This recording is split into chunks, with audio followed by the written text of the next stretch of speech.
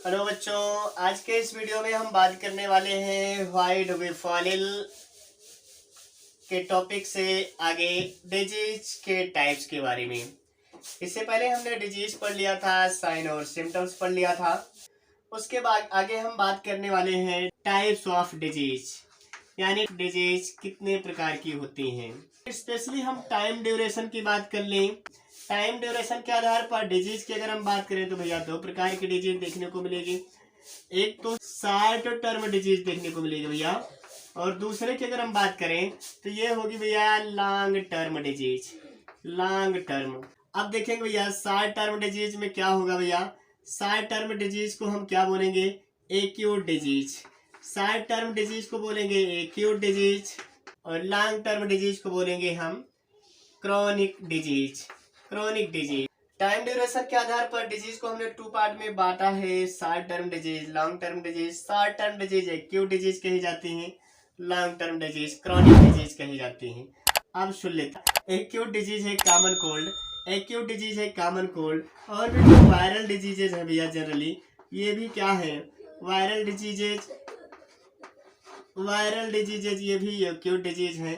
और अगर हम बात करें भैया चिकन पॉक्स, ये भी आपका चिकन पॉक्स, ये भी आपका क्या है भैया? एक्यूट डिजीज के अंतर्गत आता है। भैया चौथे पॉइंट में मलेरिया जो आता है आपका, मलेरिया भी आपका एक्यूट डिजीज है। मलेरिया, मलेरिया भी आपका एक्यूट डिजीज है। तो एग्जाम्पल है भैया, आप इन्हें नोट कर सकते हैं। क्रॉनिक डिजीज की बात करें, एग्जाम्पल आपको मिलेगा भैया कैंसर। कैंसर भैया लॉन्ग टर्म तक होता है। और दूसरा अगर हम बात करें एड्स भी आपका क्रॉनिक डिजीज है। तीसरा अस्थमा भी आपका क्रॉनिक डिजीज में आता है। और अगर हम बात कर ले भैया डायबिटीज भी है आपका। डायबिटीज ये भी आपका लॉन्ग टर्म डिजीज है, क्रॉनिक डिजीज कहा जाता है। आई थिंक आपको ये पॉइंट समझ में आ गया होगा। कई बार हम लोग करते हैं ना, जब बचपन में पढ़ रहे होते हैं तो बहुत बचपन में बहाने मारते थे स्कूल जाने के लिए। टीचर पूछता था आप आज स्कूल क्यों नहीं आए, स्कूल क्यों नहीं आए? तो बोलते थे सर हमें क्या हो गया है, डिजीज हो गई। कौन सी डिजीज हो गई है? गलती से आप ऐसी कंडीशन में ये मत बता देना, क्रॉनिक डिजीज मत बता देना सर मुझे कैंसर हो गया था, मुझे एड्स हो गया था, अस्थमा हो गया था। नहीं भाई, ये तो हमारे पास क्रॉनिक डिजीज है। बहाने में ऐसा नहीं चलेगा, टीचर समझ जाएगा कि तू बहाने मार रहा है, इसलिए ऐसा काम नहीं करना है। एक्यूट डिजीज के बारे में बता देना चलेगा, ठीक है भाई। दूसरा बेसिस की अगर हम बात करें तो कॉजेटिव एजेंट के आधार पे, कॉजिंग एजेंट की बात करें तो इसको भी हमने टू पार्ट में डिवाइड किया है। एक तो इन्फेक्शियस डिजीज कह देते हैं, और दूसरा है भैया non infectious disease. Non infectious disease,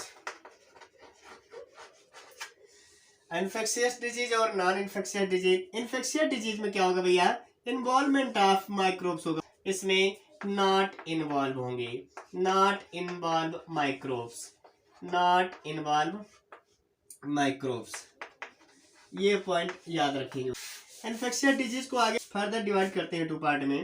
पहला होगा भैया कम्युनिकेबल डिजीज, और दूसरी होगी non communicable. Non communicable disease होगी भैया। कम्युनिकेबल में अगर एग्जांपल की बात करें तो भैया आप जान ही रहे हैं, सामान्यतः पहले मुझे यही याद आ रहा है कॉमन कोल्ड, क्योंकि मुझे हो रखा है। कॉमन कोल्ड हो गया, चिकन पॉक्स हो गया, चिकन पॉक्स हो गया, लिख रहा हूं भैया यहाँ पे लिख रहा हूं, टीबी हो गया, और एसटीडीज भी कुछ देखने को मिलते हैं, सेक्सुअल ट्रांसमिटेड डिजीजेज, वो भी कम्युनिकेबल डिजीज में आती है भैया। नॉन कम्युनिकेबल डिजीज की अगर हम बात करें भैया, तो नॉन कम्युनिकेबल डिजीज में एक है आपका मलेरिया, आपके एनसीईआरटी में दे रखा है, नोट रखेंगे भैया।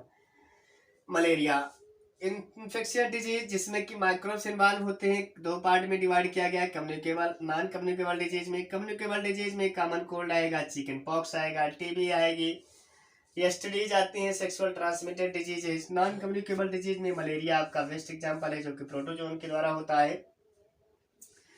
नॉन इन्फेक्शियस डिजीज की बात करें तो भैया अगर हमें कैंसर देखने को मिल रहा है तो वो किसी माइक्रोब्स की वजह से नहीं देखने को मिल रहा है। दूसरा है डायबिटीज। नेक्स्ट भैया, कॉजिंग एजेंट कौन कौन से हो सकते हैं। कॉजिंग एजेंट के बारे में जानेंगे तो सबसे पहले आपको पता है वायरस हो सकता है। दूसरा है आपके पास बैक्टीरिया। तीसरा है प्रोटोजोआ। चौथा है फंजाई। वायरस में बात करें भैया तो कॉमन कोल्ड है आपके पास, एग्जाम्पल दे रखा है एनसीईआरटी में। कॉमन कोल्ड हो गया, चिकन पॉक्स हो गया। चिकन पॉक्स जो है हमारा, ये ऐसा माना जाता था कि ये क्यूरेटिव डिजीज नहीं है, बाद में इसके बारे में पता चला और अब तो चिकन पॉक्स भैया दिखता ही नहीं है, बिल्कुल ये एक्यूट डिजीज में आता है। बैक्टीरिया की बात करें तो एनसीईआरटी का एग्जाम्पल है भैया स्टेफिलोकोकस। स्टेफिलोकोकस है, इसके द्वारा एक्ने हो जाता है। प्रोटोजोआ में दो तरह के एग्जाम्पल दे रखे हैं आपके एनसीईआरटी में। पहला है लीशमानिया, एग्जाम्पल है लीशमानिया। क्या काज करता है भैया, काला आजार काज करता है, इसे याद रखेंगे भैया। दूसरा प्रोटोजोवन दे रखा है भैया ट्रिपैनोसोमा। ये क्या काज करता है भैया, स्लीपिंग सिकनेस डिजीज इंपॉर्टेंट है भैया, याद रखेंगे। फंजाई के द्वारा क्या होता है भैया, रिंगवर्म हो जाता है, दाद जिसे रिंगवर्म हो जाता है। कुछ ऐसे भी ऑर्गेनिजम्स होते हैं भैया जो मल्टी सेलुलर होते हैं और हम लोगों के इंटेस्टाइन में एज ए पैरासाइट ही रहते हैं। और एनसीईआरटी में एग्जाम्पल इसका दिया गया है एस्केरिस लुम्ब्रिकोइड्स। ये एग्जाम्पल याद रखेंगे भैया, ये महत्वपूर्ण एग्जाम्पल है कॉजिंग एजेंट के साथ साथ उनके एग्जाम्पल एनसीईआरटी में दे रखे हैं, इसे आप याद रखेंगे। बैक्टीरिया से तो भैया और भी डिजीजें होती हैं, अगर आप जानते हैं तो टीबी भी होता है, आपने देखा होगा, आपने और लोअर क्लास में पढ़ा होगा। एंथ्रेक्स एक डिजीज होती है, एंथ्रेक्स, और इसके द्वारा बैक्टीरिया है भैया एंथ्रेक्स, और इसके द्वारा जो डिजीज होती है उसे बोला जाता है सार्टर डिजीज याद रखेंगे भैया। और कई बार हमें कालरा भी देखने को मिलता है, तो ये भी भैया आपका बैक्टीरियल डिजीज ही है, ये आप डिजीज याद रखेंगे। अगला है भैया मीन्स ऑफ स्प्रेड, यानी कि डिजीज कैसे फैलते हैं, कैसे फैलती है भैया।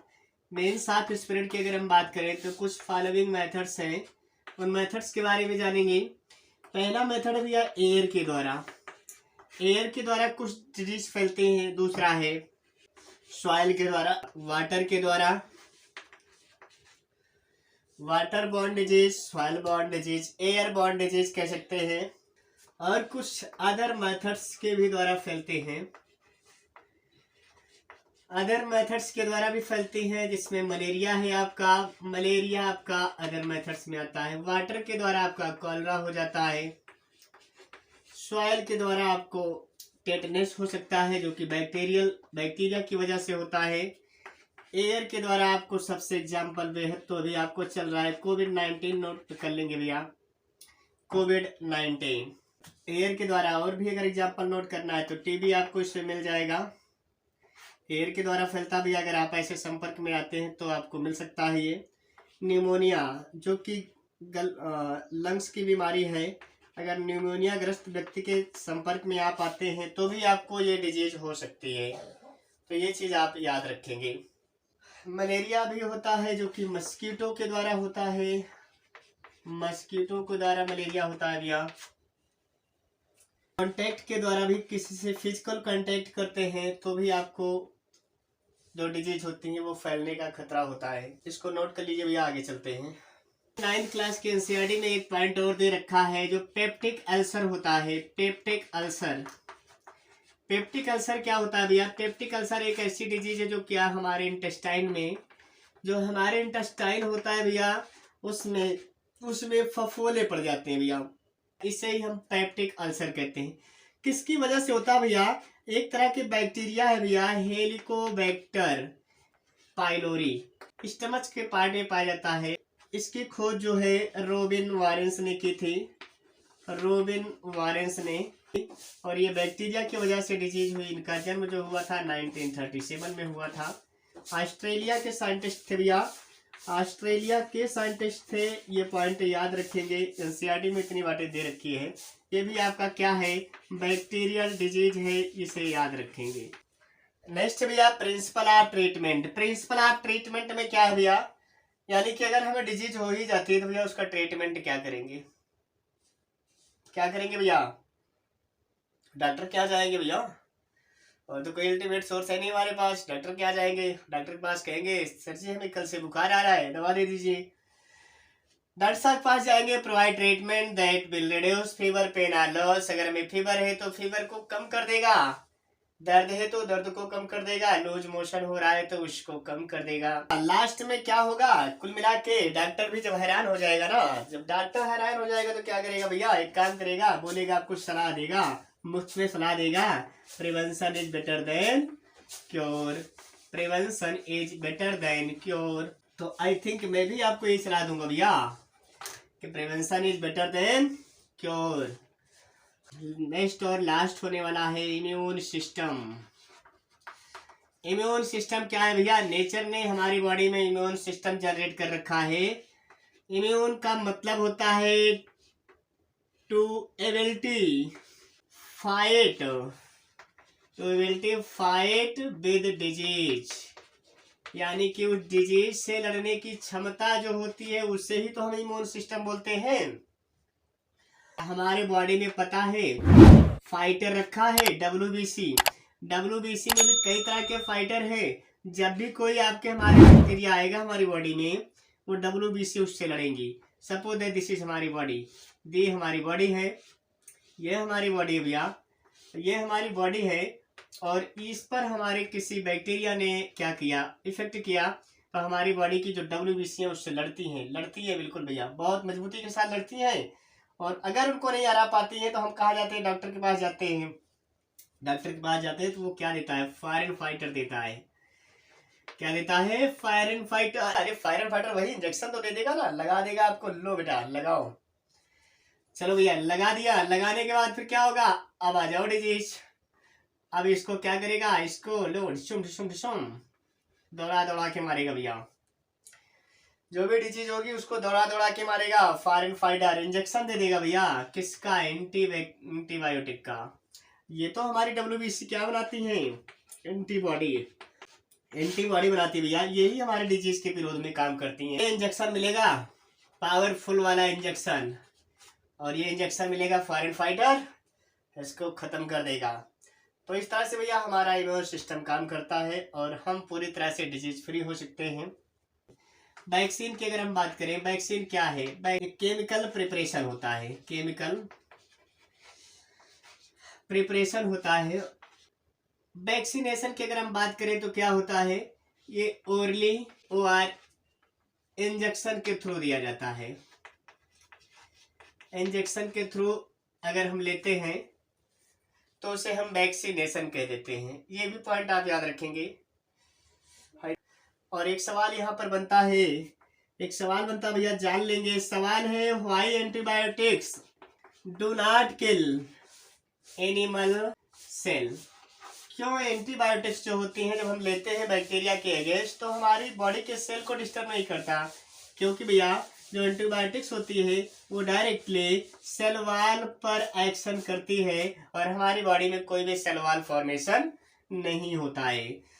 सेल वॉल फॉर्मेशन नहीं होता है, इसलिए ये पहचान करके केवल और केवल बैक्टीरिया को ही अफेक्ट करता है। बैक्टीरिया अफेक्टेड, मल्टीप्लिकेशन नहीं हो पाता भैया, हम बच जाते हैं, हम सुरक्षित हो जाते हैं।